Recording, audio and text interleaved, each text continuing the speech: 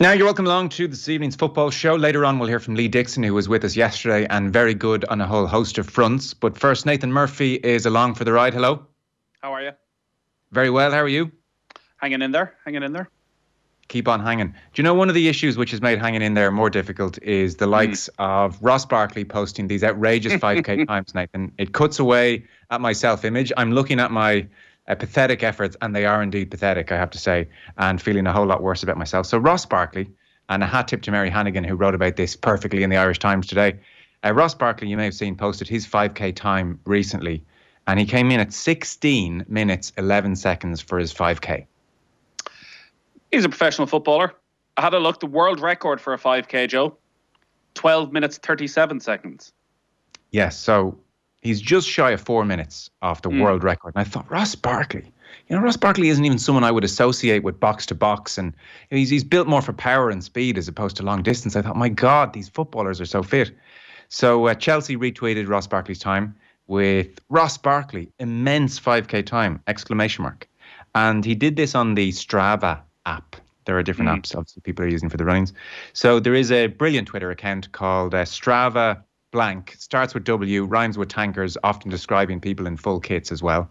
So Strava W's, the Twitter account, examined Ross Barkley's time, and it turns out he was hitting the pause button. He was doing intervals. So he was effectively sprinting as fast as Ross Barkley's legs could take him, and then hitting pause, getting his breath back, and going again, and coming in at 16 minutes, 11 seconds. So don't feel so bad as we hit the 40-minute mark, Nathan. That's what I'm saying to me. I didn't realize this was possible. I only started using the Strava app about 10 days ago. I never had the cop on to press pause and just take a deep breath and maybe sit in a wall for 10 minutes and catch my breath and go again. It would have taken at least 5 minutes off my time.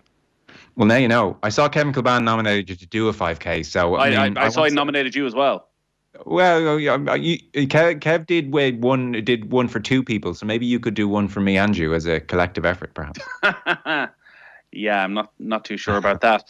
I didn't realize that this is where it all came from, because there's been an ongoing controversy, it seems, on Twitter for the last week of super fast 5K times and what's an acceptable 5K time. I honestly wouldn't have thought 16 minutes for a professional footballer was unrealistic. If you look at an average Joe, I think a very fit average Joe could do 20 minutes, 22 minutes. For a professional footballer, 16 minutes. Yeah. I mean, when I saw the time, I didn't think that's impossible. I just thought, my God, that's impressive. These guys are so impressive. But anyway, I would like to know what Ross Barkley's actual 5K time is. Harry Maguire equally did an exceptional time for a big man. Harry Maguire did an extraordinary time, which I think the aforementioned Strava W's app also questioned. And by the way, if you want to find Chelsea's tweet now heralding the immense 5K, it's since been deleted. So that's what's been going on at Chelsea. I thought what he had done, Joe, was, and I did this at the weekend. So where I live is sort of at the base of the Dublin Mountains, and I've been doing a bit of cycling, and I've been trying to should I start cycling up the Dublin Mountains for the 2K? So I thought, I'll get in the car and I'll drive up the 2K and see just how high it is. So I turned the Strava app on just to sort of get all the various stats for how far I'm going to travel and what sort of distance and what sort of height I'm going to get to and just how bloody painful it's going to be. And then I hit stop, and I could have saved it, and I would have broken every Strava record possible because it was in the car. And it did get me thinking, how many people just do this? How many people just cheat? I think there's a lot of cheating going on with the times being posted on Twitter just now. So bear that in mind if you're feeling bad about yourself. There's a few things I want to get your thoughts on. Probably we'll talk about this in a bit more depth tomorrow. We'll be on tomorrow as well, and Pat and Evan as well. Project Restart is underway in the Premier League. Arsenal, Brighton, West Ham back training. So June 8th, they're talking about now as the restart date, which means they would have to be back in full training, full contact training, I suppose, by the 18th of May. I raised an eyebrow at that, I must say. So that is the latest plan. Teams back training today. Arsenal, Brighton, West Ham, not collectively, but bringing players in, it seems, on a rota system. Arsenal have 5 players coming in at a time, training on different pitches. They all have their own football.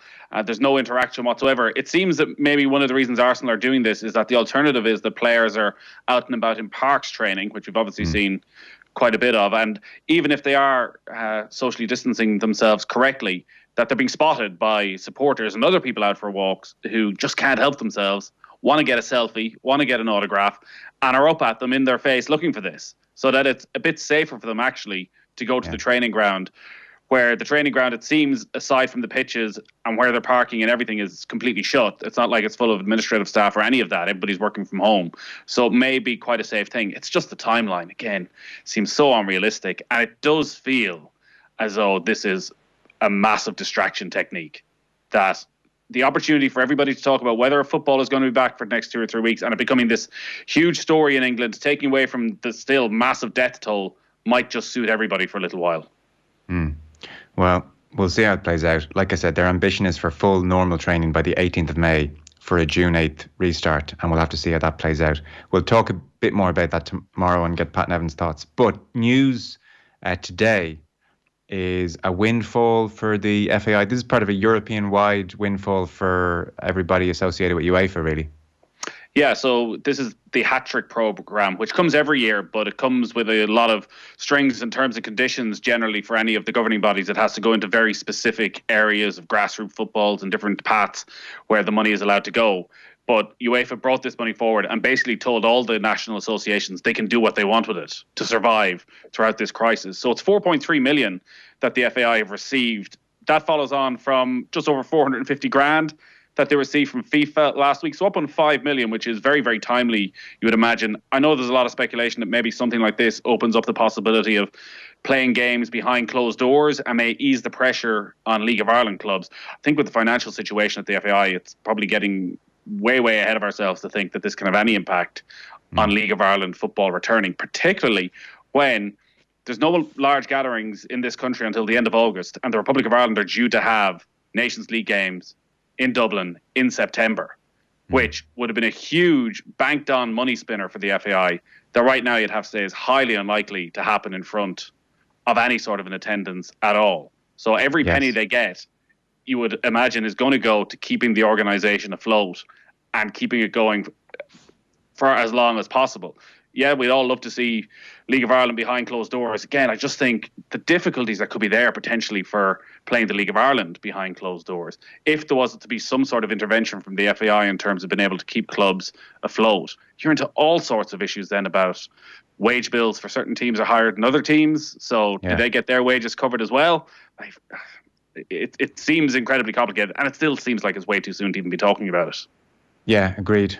Either way, it's 4.3 million, and this time, as opposed to various strings attached, they can do what they want. So, for instance, and I'm just plucking crazy ideas out of the air here, if, for instance, a football federation somewhere across Europe wanted to pay the rent of its CEO, it could do that.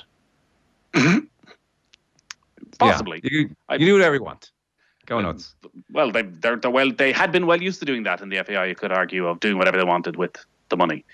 This time, I'd imagine they're going to be a little bit more prudent, and there's no shortage of bills to be paid and no money coming in. I don't think this money is going to go there, but Vera Pauw was doing a press conference today saying that she's currently in negotiations with extending her contract with the FAI. Okay. So they are, the one thing that you do get from the FAI is, as bad as this crisis is, and crisis upon crisis for the FAI over the last year, that they are trying to get their house in order and plan for the best case eventualities over the next year and not find themselves in a situation where contracts have ended or contracts. The big story over the last week or so has been the progression and the seemingly relentless march to getting the deal done. So Mike Ashley, it looks like, is going to sell to a group which is essentially Saudi Arabia. When it all comes down to it, it's not just a sovereign wealth fund. It is Saudi Arabia as a nation state buying into a team in the Premier League. Yeah, which is an absolutely remarkable situation. And to be honest, I was surprised they went so direct. I mean, there's a similar project at Manchester City, obviously, that we all know about, Abu Dhabi.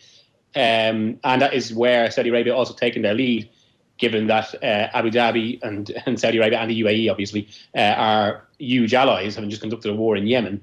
But even with Manchester City in 2008, and it was a more naive football world, there was more of a kind of degree of separation to it. It was, I mean, they set up this Abu Dhabi United group where Sheikh Mansour could buy the club as a quote-unquote private investor, even though everyone knows it's a state operation. They've got some of the MBZ's